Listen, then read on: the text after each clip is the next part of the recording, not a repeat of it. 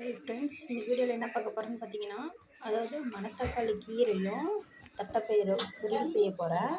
அதாவது கீரை கம்மியாக இருக்கிறதுனால நான் வந்து தட்டைப்பயிறு கொஞ்சம் அதிகமாக சேர்த்துருக்கேன்.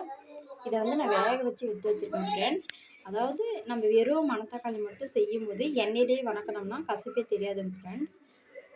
கொஞ்சமாக இருக்கிறதுனால இது தட்டைப்பயிரோடு சேர்த்துருக்கேன். பாருங்கள், பெரிய வெங்காயம் வந்து 2 கட் பண்ணி வச்சுருக்கேன். தேங்காய் திருவள்ளு எடுத்து வச்சுருக்கேன். வாங்க எப்படி செய்யுதுன்னு பார்க்கலாம். நான் வந்து பாத்திரம் வச்சுருக்கேன். பாத்திரம் சூடாக தான் ஆயில் ஆட் பண்ணிக்கலாம். இப்போ வந்து ஆயில் சூடானதும் கடுகு ஆட் பண்ணிக்கலாம்.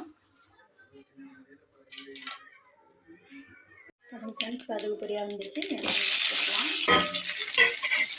வெங்காயம் வந்து இது நல்லா வதங்கணும். யூஸ் பண்ணுங்கள் ஃப்ரெண்ட்ஸ். வெங்காயம் இது வதங்கினா போதும். நான் வேக வச்சு எடுத்து வச்சுருக்கேன். இதுலையும் கட்டியும் வெளியில் ஆட் பண்ணிக்கிறேன். அதாவது வந்து பச்சை தக்காளி ஃப்ரெண்ட்ஸ், அதனால் சீக்கிரமாக வெந்துடும். இருக்கிறத ஆட் பண்ணிங்கன்னா அப்படி உங்கள்கிட்ட இல்லை அப்படின்னா நீங்கள் பருப்பு கூட ஆட் பண்ணிக்கலாம். இப்போ வந்து இவங்களை வந்து நல்லா உப்பு போட்டு ஒரு 2 மினிட்ஸ் வதக்கி விடுவோம். ஃப்ரெண்ட்ஸ், நல்லா வதக்கி விட்டாச்சு. இப்போ வந்து மஞ்சள்தூள் ஆட் பண்ணிக்கலாம். மிளகாய் தூள் 2 ஸ்பூன் ஆட் பண்ணிக்கிறேன். சாம்பார் தூள் 1 டீஸ்பூன் ஆட் பண்ணிக்கிறேன். இப்போ இவங்கெல்லாம் வந்து நல்லா மிக்ஸ் பண்ணி விடுங்க ஃப்ரெண்ட்ஸ். நல்லா மிக்ஸ் பண்ணி விட்டாச்சு. இப்போ நான் வந்து தேங்காய் திருவள்ளு மிக்ஸியில் வந்து அரைச்சி வச்சுருக்கேன். அதை ஆட் பண்ணிக்கலாம்.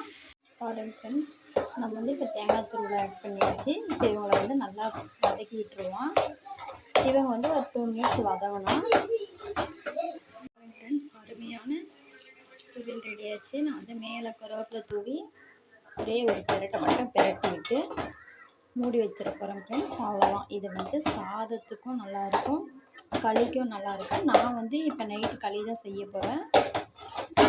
நீங்களும் அந்த மாதிரி ட்ரை பண்ணி பாருங்கள். ஓகே ஃப்ரெண்ட்ஸ், இந்த வீடியோ பிடிச்சிருந்தால் லைக் பண்ணுங்கள், கமெண்ட் பண்ணுங்கள், ஷேர் பண்ணுங்கள். அடுத்த வீடியோவில் பார்ப்போம். பாய்.